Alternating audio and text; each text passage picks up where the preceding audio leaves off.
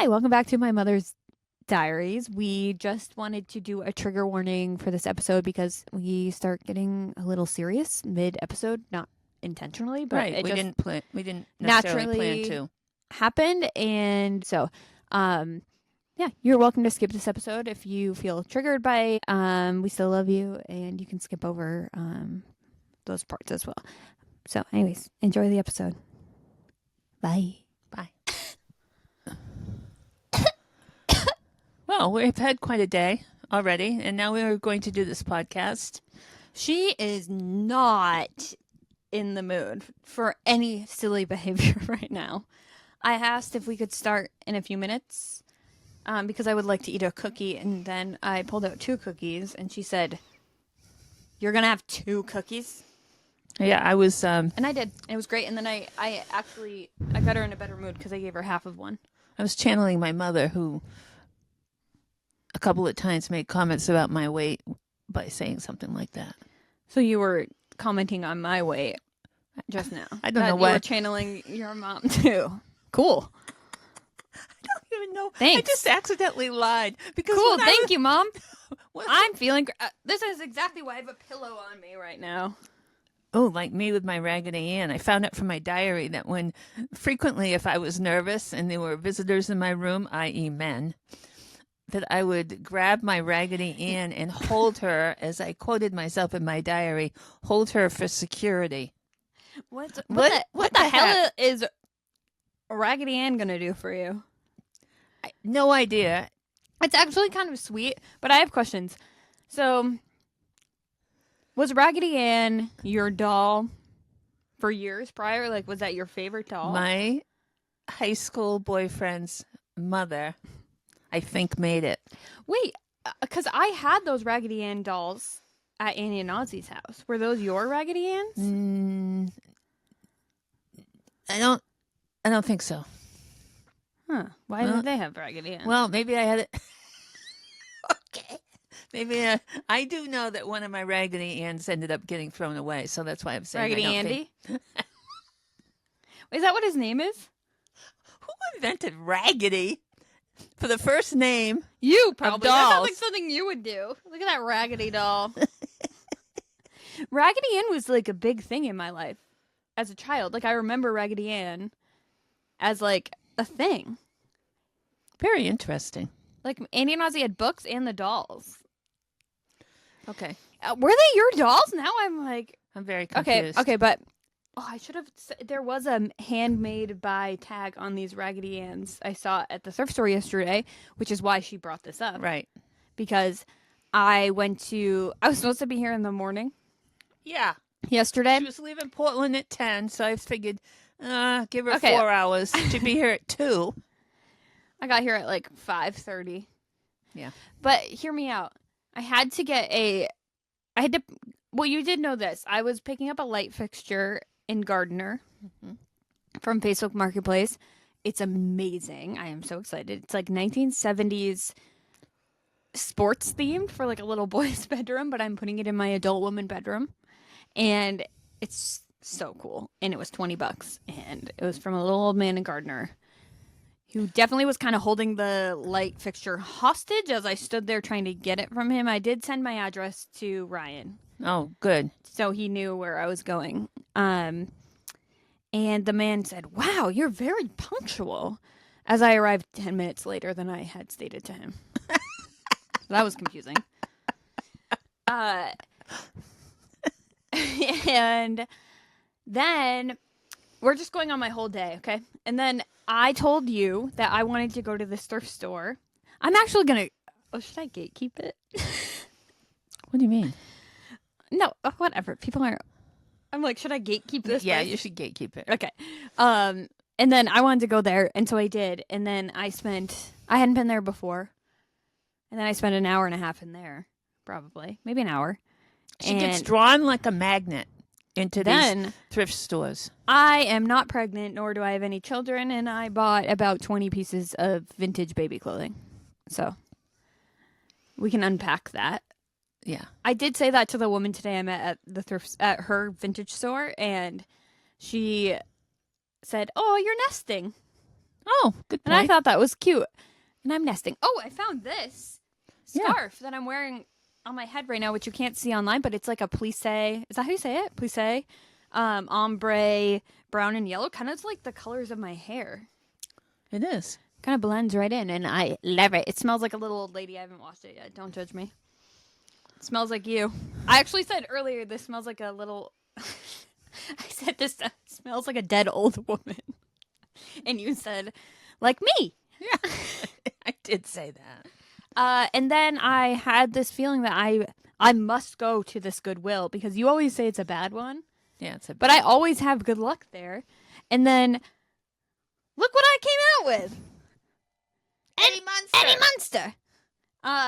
And if you're listening, I have a tiny Eddie Munster that I bought at the thrift store, and I put a giant ceramic cat back to justify my purchase of Eddie Munster. So How much did he a cost? win is a win.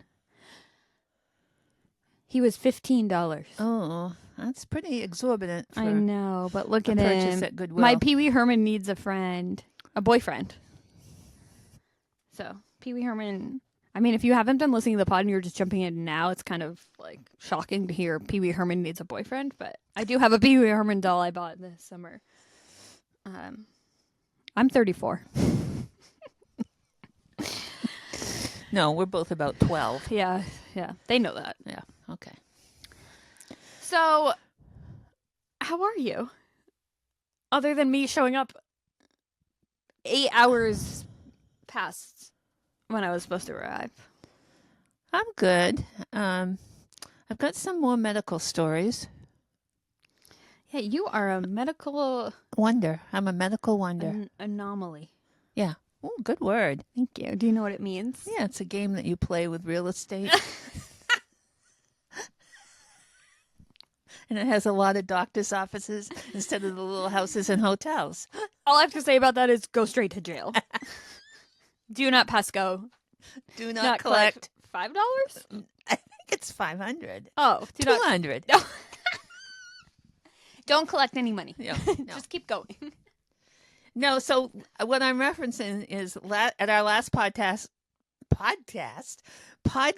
during our last podcast, I told a story about seeing in my medical records me described as a very pleasant 71-year-old woman. You're going to bring that up on every podcast. No, 'cause I just brought it up like here. And then I also described how I also found it in another description of me, that I was a very pleasant 67-year-old woman.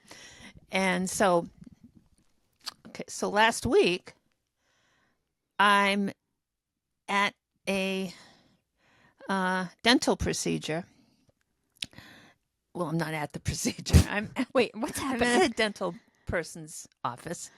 I thought you were going to say a person's procedure, like you're just there as a spectator. I'm having my teeth cleaned, okay? Okay, God, thanks for finally saying it. I'm having my teeth cleaned. And I'm lying down on the lounging chair. Yeah, it goes Yeah, with your sunglasses on. not yet. And she's checking my medical history.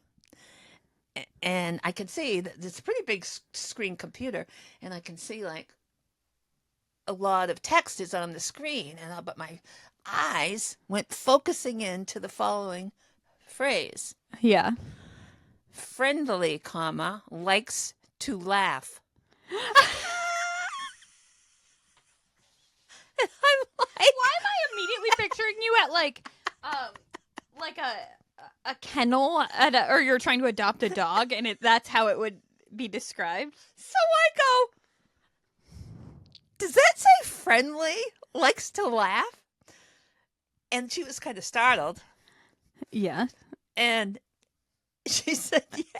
I said, is that talking about me?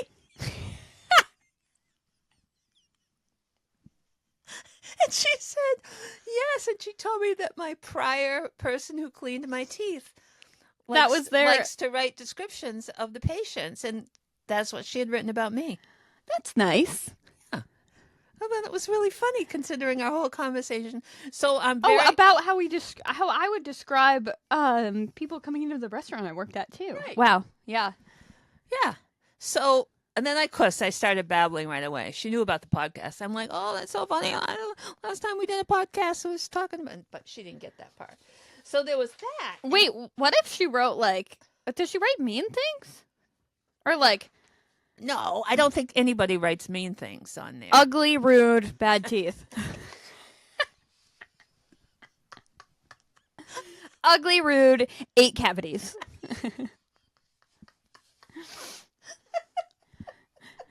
Yeah. Ugly, rude, lies about flossing. Why am I laughing? I hope Brittany's listening to this. Oh, yeah, me too. You think she is? No. Okay, well, Brittany, if you're listening to this, now we'll know because you'll probably reach out and say something. Yeah, so Brittany's a dental hygienist, right? Yeah, so this is someone that we grew up with. Right. So it just reminds me of this just reminds me of the dental hygienist story, which I don't think I've told on the pod, but I told we did a This Is Where about it. But one day, several years ago, my dentist office called, not the current dentist I have, but a dentist office called. Thank you for clarifying that. Yes. The secretary goes, we have to cancel your appointment. And I'm like, oh, okay. And she goes, we're having a hygiene problem.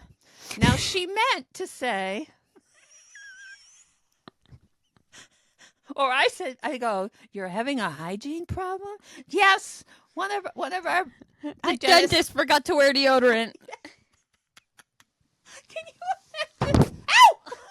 Are you all right? Here we go again. Okay, we gotta figure this out. Yeah. I just got bonked. Bonk was a good word for it. We're having a bonk problem. Okay, Mom, I'm evicting you. Yeah, okay. Ow! This is the look you had on your face.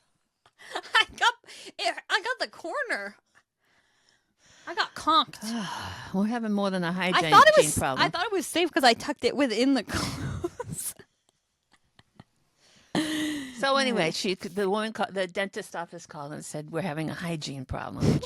And I never said to her, don't you mean hygienist problem? I just like repeated, you're having a hygiene problem? No wonder I didn't go back to that dentist. That was the dentist. This is many years ago, not my current dentist. Many, many years ago. Then I had to break up with. Are you nervous that your current dentist is listening to this? I don't care if my current one is because I'm not talking about him. I know. That's why you keep clarifying, though. Right. Because you don't. One of my former dentists, of which there were a few. One of my ex-dentists, one of my exes. One of my exes. Is performing surgery on my mouth. On a Monday morning. Is performing I'm their the first Phantom of the Opera. I'm their first patient. Yeah. And I'm a little old lady and they're in their 30s. And in between them sawing at my teeth, Yeah. drilling, Song. they are talking about their wild weekend. And using more than once, I would say several times, the F word. This was in Bangor, correct? I'm not saying where it was. Because that makes sense to me. I probably went to high school with them. So, needless to say, It's crazy to me. It's like funny. It wasn't okay because you told me what was said and it wasn't okay. right.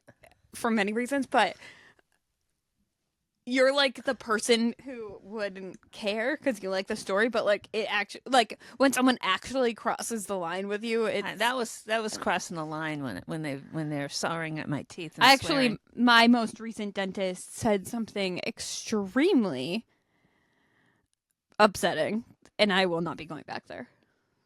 While working on my mouth, I couldn't say anything. I can't even say it because it was like... Yeah, don't say it. Don't even explain it. It actually made me like pissed off. Yeah. And to be like put in a position in which you're not allowed to speak up when you hear someone say something so vile is Wow. like in such a casual way. Why are people comfortable saying vile things in such a casual manner? I don't know, but I had a doctor come in the room. This sounds unbelievable, but it happened. This was probably 15 years ago. I had a doctor come in the room, never met him, and he told a rape joke. That And it was so bizarre that I couldn't even wrap my head around it, really. And so he left, and I said to his nurse or secretary, I guess it was his nurse, I said, she starts to explain something about my condition. And I said, excuse me, I cannot focus on what you're saying to me. He just told me a highly inappropriate joke. In fact, she knew it because she was there. her position she's in. Yeah, she was in a bad position. And What did she say? well, I can't remember what she said, actually, because I was just like, I was trying to remember the joke, so that the so-called joke wasn't a joke. And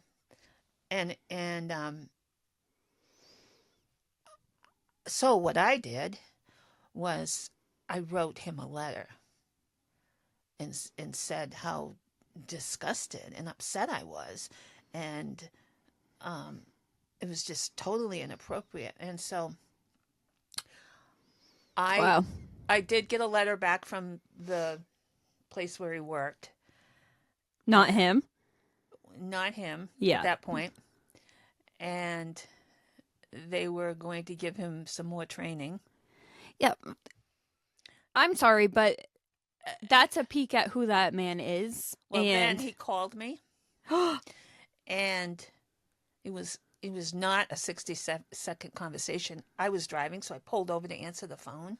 Yeah. And he said, basically, this is what he said: if I offended you, I'm sorry. The old "if I offended you, I'm sorry." If If. because me bringing it up to your assistant, me writing a letter is not an if.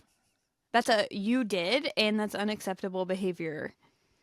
You Isn't that cannot make crazy? casual jokes about that What? Somebody to anyone, but also let alone a woman. Like, let alone in a professional setting, let Yeah. alone in a professional medical Just- setting. disgusting. Just like, I will say that what the dentist I had made a comment on a similar level wow. in a couple different, more like smaller ones, but it was so casual that you almost gaslight yourself Right. into thinking like, maybe I'm overreacting to this, but like, no, some people are just awful. Like, What I don't understand is, in this environment, just for I don't understand it anyway, but in this environment, people are going to call you out on that kind of stuff. and they should, and I'm they proud of should. you for calling him out. And they should. Yeah. But it shows that these particular people have no clue about boundaries or how much they can hurt someone. Like, you don't know what Or- people have been through. And how, right, you don't know what they've been through, and those kind of words can be threatening Yes. I mean, and triggering. why are you what I want to ask is, why are you comfortable saying, I mean, this is actually a tool that I've learned that I haven't, it's hard to utilize as a woman because you're so used to people pleasing to men. Like, you're Right. so used to being like, oh, like gaslighting yourself into thinking like, oh, I'm being dramatic. And it's like, no, you're actually joking about something that could have happened to me, and or like that's harmful in so many ways, because joking about things like that makes it okay, like it's that's a slippery slope to, like, if you're so comfortable saying that at your job, what are you doing at home? Right. It's What do and I think it was probably a joke that he'd told before, and it was just crazy. The other dentist that I was about to go to, this is crazy. The dentist lore goes deep. We do know a really great dentist, though. Yes, we do. And As like a this has nothing to do no, with him. he's amazing, and so that gives That's me why we hope. kind of compare. Like, Well, I know yeah, that it's just that like person would never, no, but never. I had signed up. I had like gone through the process of filling out all this paperwork and stuff in 2020 for a dentist, and I hadn't seen someone in a while because I had a lot of dental anxiety, and their whole thing was about like helping, like making a calm environment and like really good reviews, whatever. So I go through all the paperwork, and then Ryan sent me a screenshot of that dentist in a white power rally and commenting on Facebook posts about like running over Black Lives Matter protesters. And so I Wow. took those screenshots and I sent them in an email and I said, delete me out of your system. Don't you ever send me another damn email. And I went off on why that was wrong and disgusting. And you portray yourself as a safe space and how that's a lie because you're actually saying go run over people peacefully protesting. That's Saying Black Lives terrible. Matter, disgusting behavior. You are disgusting. And then it's unbelievable to me that this like just sitting here talking about this, I'm like, how have we had these 3 interactions with 3 different Yeah. dentists? And just think about it. If we're having those reactions, white privileged women, Yes. Yeah, then exactly. Exactly. It's just like it's horrific. And it just I can't understand just being. I mean, we've had this conversation so many times off right, mic right, about being right, complicit and right. like I think and just telling these stories now I'm like this is why I get worked up and like I feel like I need to say something is because you do it. You've always done that. Right. And I think that's really cool. Anyways, it's just baffling to me that people like that exist and actually like at their core do not care. Yeah. Like they're not hiding it. They're not trying to hide it. And that's what's scary. I'm like and what like I'm so scared of these people in their comfort of their own homes. Right. Cuz wow. Yeah, what are they doing and saying Yeah. under a different environment? Yeah. Well, I don't know if we already talked about this too. Sorry, this is turning into a more serious podcast episode. Which we just discussed how we don't want to do a we serious were in the one. mood to do something serious. But I think the nature of this podcast is going to kind of turn serious sometimes, and that's okay. But I just had an experience at a doctor's. Did I already talk about this? Where this was about 1.5 years ago, and I was in a very, very, very dark mental space. I think this is okay to talk about. I feel okay talking about it if you feel okay talking about it. But they go through the list with you at the office and like, are you depressed? Yes. Do you have suicidal ideation? And I said, yes, sometimes. And then I tried to discuss how I have found after tracking my periods that I feel suicidal the week prior to my period. And I feel so much like I just feel like I don't want to be here. And when I said that, the woman helping me was just, it's not funny. It's just like crazy to me. Like, I'm like, yeah, like you say, do you feel suicidal? Yes. Okay, moving on.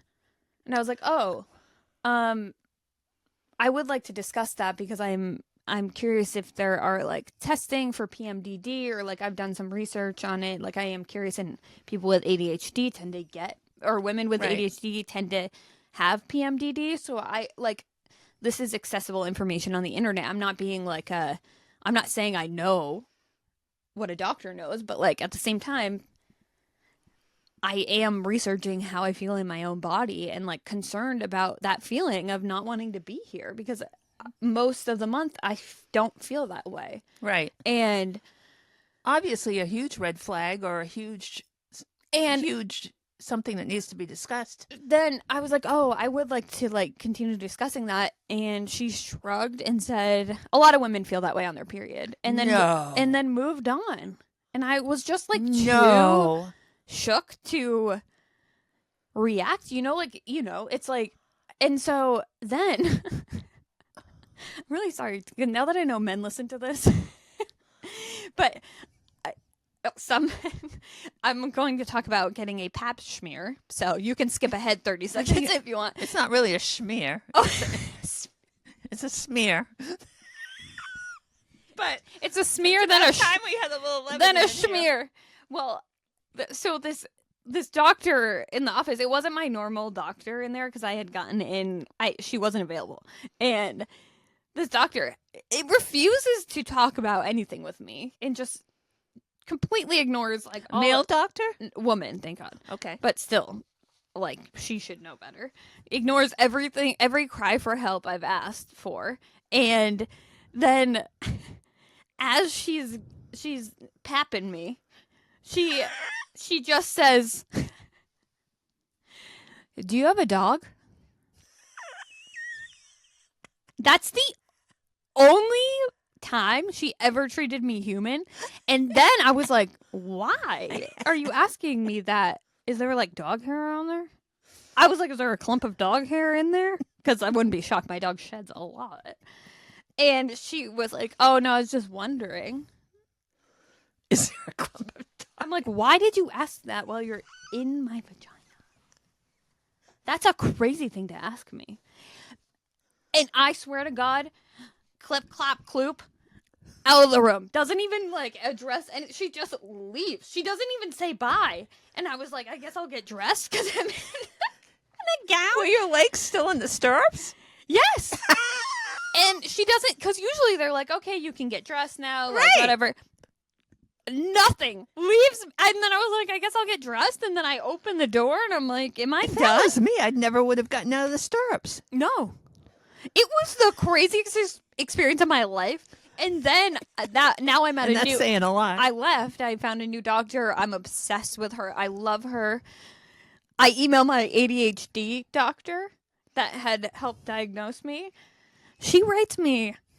I think I emailed you this. Yes. She writes me a personal essay about how she did the opposite. Like she's like, "Oh, I actually just left the new place you're going, and I'm going to the old place." And then like her whole life story about how she's going through stuff, and then I forget what else. It was so crazy. I was like, I was literally just asking for a copy of my ADHD letter to send to my new doctor's office so I could like get on medication for that or like do some more research with someone. And then she writes me this whole thing, and at the end of it she goes, I actually don't know where it is. Excuse me? She's like, it's somewhere in like my files. I'm like, are you my mom? Did you ever get it? No. But I found it actually at my house. Yeah, you didn't know where it was No, either. no. But like, I paid you. You're a doctor. What do you mean you've lost the files that deeply describe my depression? In the letter, it talks about your trauma. So it's like, in the letter she wrote about everything bad that's ever happened to me. She's written in this letter that's permanently on my file. Where is it? You're telling me you lost it? Where'd you leave it at the coffee shop? I feel a little bad even laughing about this. I hope this isn't triggering anybody that's listening to it. Yeah. Because we do recognize that this is a really serious topic. Yeah. But, and actually, that's crazy bizarre. I will go in the beginning of this and add a little clip stating that we are going to trigger warning and like the topics we're going to talk about. But man, crazy town. I should have become a doctor. Apparently, anyone can do it. Yeah, and there's a lot of good doctors out there who just will sit and I do talk. I have my doctor now. Incredible. I love her so much. And she makes me feel comfortable and safe. And when I say things like, I don't want to be here anymore, she doesn't go in my vagina and say, do you have a dog? So that's something. There's something to be said about that. And I told you the story about my doctor saying, where's your urethra? I can't find your urethra. As if you know where.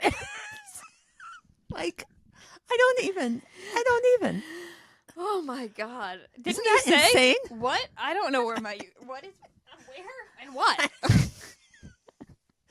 That happened in the 70s. Oh my! And I know it happened God. because of my diary. Yeah, she was reading that to me today. But in terms of doctors, like, I've been seeing a lot lately, and I took Hillary with me to take notes, and she did a fine job. She started by drawing a picture of a cat. I don't know if we can get a close up of the Wait, cat. she goes, "Did you write that down?" After the Yeah. first the nurse had come in to like ask questions, and she looks down at my paper, and I just drew. She drew a picture of a cat. I just did a doodle of a I'm cat. at a very serious doctor's appointment. No. And it says, my mom's doctor notes. Actually, something was crossed. She said, my mom's doctor's notes. Apparently, she misspelled doctors. I was writing my mother's diaries by accident, and so and then I was trying to do a play off of my mother's diary, so I wrote my mother's doctor's notes. I need you to see the notes. I wrote absolutely nothing down. That's not actually accurate. She wrote me a lot of notes. Wait, I did? Where? That document. You did. Oh, You I took did? a lot of, you did. Like, no, I didn't. But this, I laughed when I found it the other day. I'm like, I got to bring that up on the pod.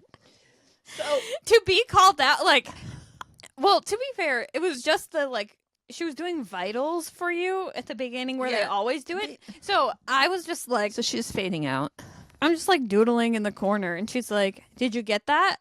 You said, "What was my blood pressure?" And I was like, "I don't know." And she's like, "What? You didn't write it down?" And I was like, "No, but I did draw this cat." Yeah, that's what happens when you bring somebody with ADHD to your doctor's appointment. Just Okay, saying. just saying I could be a professional appointment goer at this point, taking you're notes. good, though. I am good at taking notes, so Yeah. let's not fake news this. Okay. Because I've had to do it for a lot of people recently. Yeah. So if you need someone to go with you, do some. She's I do. available for hire. I do artwork and take great notes. So last night or the night before, I'm on my portal for my medical issues, and I see a report I've never read before about me. And so, How are you finding all these reports? there's a lot of reports on my portal about me. Reports on my portal. Yeah. And so this happens to be a report from you were at this appointment with me. This is the same appointment where you were taking notes. And this is This was the doctor we really this loved. was a line. Yeah, this is a doctor we really love. This is a line from the report. You ready? Oh no, I'm scared. I always strikes me so funny. Because I was like, I read it and I'm like, what? She, being me, she occasionally consumes alcohol. Wait. Sorry to the audience. She occasionally consumes alcohol during the daytime. What? I know that's not hilariously funny, but it makes it sound like she's a day drinker. Wait. Wait, she's sober. She's been sober for like 20 something About 25 years. 25 years sober. Nothing came up about alcohol during. What? She occasionally consumes alcohol during the daytime. Wow. I just think it would be funny if it was she occasionally consumes alcohol. You know But, where you would be? Judy's in Bangor. That's our favorite daytime bar that we don't drink at. We just watch. And we've only been. That's for another time. We've only been once. Yep. Anyway, I cracked up. Like, how did that get in there? In the daytime, even. That's funny. They must have like like a checkbox where they're like drinks occasionally daytime.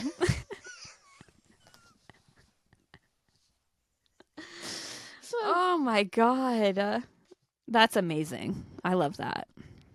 Then one time, this is one more doctor story, unless you have another one. So I go to my doctor, Mm-hmm. a specialist, and this is a doctor I only saw, once. I'd only seen once or twice because there was a huge turnover in the office. SAR. What? I only saw her. Yeah, only saw her once or twice. SAR. What are you talking about? That's how you say it. Oh. And So I said, so should I come back in like 6 months, a year? And she kind of leans in conspiratorially. yeah. Good And word. She said, yes, you should come back, but I won't be here. But don't tell them at the desk. I haven't told them I'm going to resign. Did she know she was telling the biggest yapper in town? So I have to go out. And she's checking the calendar. She's going, Dr. Smith only has afternoon appointments back, blah, blah, blah. But you can get in with her at blah, blah. And I have to make this fake appointment. That's crazy. In order to save the face of the doctor. You did a good deed. But she should not have told you that, because then you're wasting your time. Why did she tell me? She's like, but you won't be seeing me. We got a thing where people tell us things. Right. Then we have to hold that information. Right. It's very... I felt like I was doing something deceitful by making the appointment out at the front desk. And sure enough, she left. So this is taking a drastic turn. What's new? Last night we were talking about what we could talk about on the podcast to kind of get a theme. Mm-hmm. And was doctors not the theme?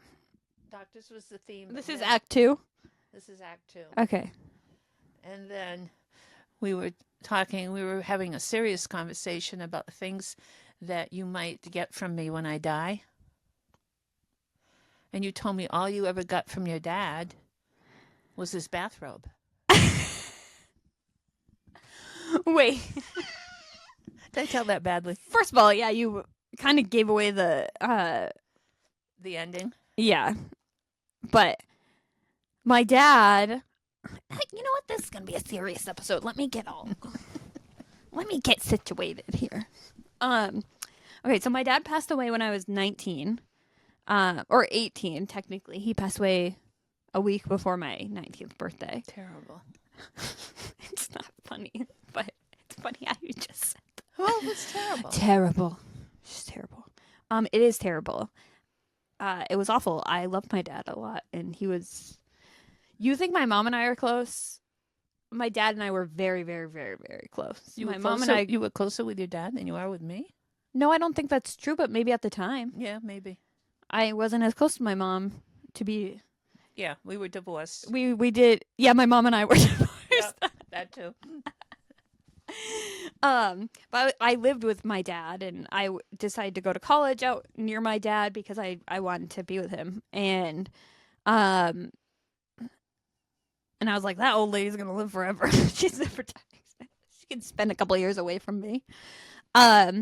But I think that is an interesting thing that we could talk about maybe later, and we've alluded to before. Like, I think after my dad died, we did become very close, and as adults, we became good friends, which is, I think, a positive that came from something awful. My dad didn't have much, but he did have like a lot of, he traveled a lot when he was younger and had some like knickknacks around the house, and like his clothes. I mean, obviously, like, I'm a vintage seller. I hold a lot of value in clothing, and I think it tells a story, and that's part of the reason why I love vintage, because I'm like, who wore this dress? Like, where has this dress lived before me? Or like, who was the old lady that had this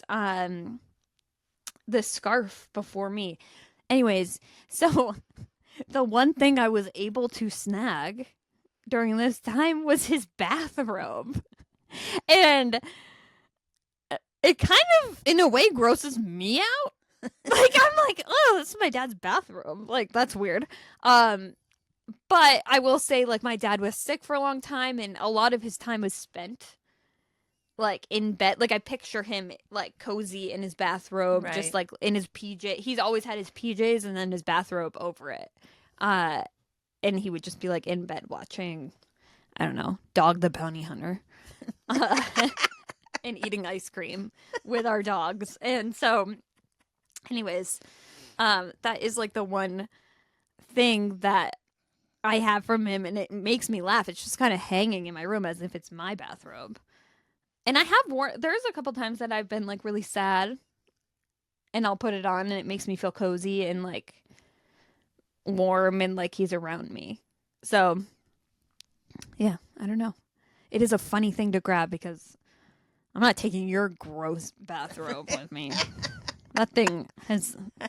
Actually, I just put it in the washing machine for you. Thank you. So it has been washed, but I've seen too much. And that maybe like down the road we can talk about.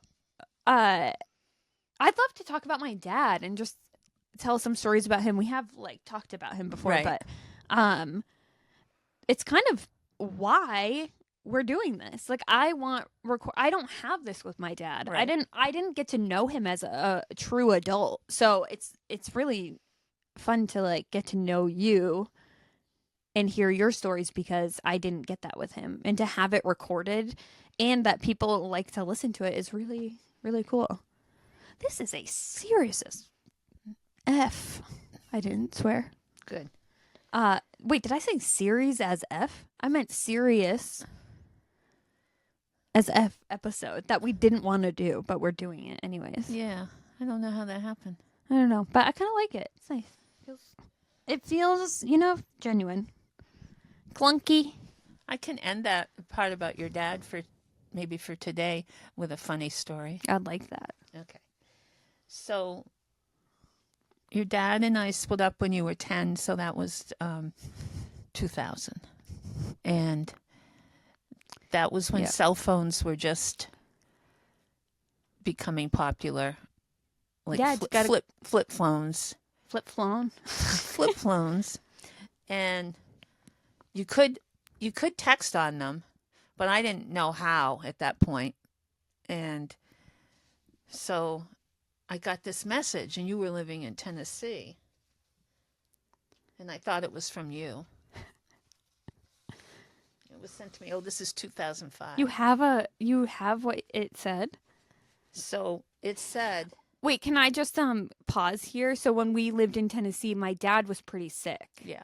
At that point, which is why we had moved out there for better doctors and better weather. And anyways, yeah, carry on.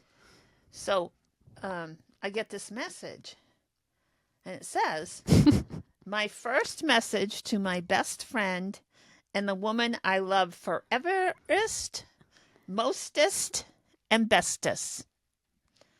And so I thought that was from Hilary. What? And I repeat, it said, my first message to my best friend and the woman I love foreverest, mostest, and bestest. I would never text you that, by the way. And so I immediately responded, all without any spaces in it. I just immediately responded with, I love you too. And I don't know. I don't know how soon afterwards, but it was shortly afterwards. I do remember this. Your father had meant to send that to your stepmother. Spoiler alert. Well, should I say this? No. Okay. Never mind. No spoilers for you guys. So funny that I would get this message from your dad and think it's from you, and he thinks he's sending it to your Oh stepmom. my God. The But woman I love foreverest, mostest, and bestest. Didn't he call you right after? Probably, He yeah. did, because you guys, I mean, the thing with that situation is I'm pretty sure he called you a couple of times. And I remember you guys speaking and then him saying my stepmom was pulling into the garage and he had to leave and he would hang up. All these funny episodes and We've got no more humor left. yeah. Oh yes, we do. Yeah, we do. I think I think this is great. I think it's good to have these conversations. And I will say, I am so proud of you because I think when we first started this, she was extremely scared of touching any sort of more serious topic at all because it's scary. We're putting ourselves out there. Right. And I think doing this process has been cool with you because you have opened up a lot more. Yeah, well, I realize nobody's listening. Really? Because I'm having the opposite problem where I'm like, oh no, people are listening and we actually have to keep making this podcast. It's a lot of pressure. Yeah. But if you are here, I know we joke about it all the time, no one's listening. There are people listening, and this is amazing. Like, it amazes me that even one person listens to this, and the fact that a couple hundred of you are listening to this is like, We like it. it's so cool. Yeah. Thanks for listening to us talk about ourselves. That's a couple of nobodies And on that trying to be somebodies. note, You think we're done? I think we're done. Okay. I am going to spend this moment before we end. Oh, wait. We should say bye. Thank you. And thanks to Dead Gowns for our opening song. And who else am I thinking? Us for watching this after we... Us? Thank you to us for watching, for enduring the edit of this podcast. And thank you to you, the listener, for listening to this podcast. Can you tell your friends so we can start making money on this? Because that'd be neat. We get a lot of influencer emails, but they're never anything cool. Right. We do get like weight loss supplements. I wonder why. They're obviously watching YouTube and not listening to it. Okay. We love you. Love you. Bye.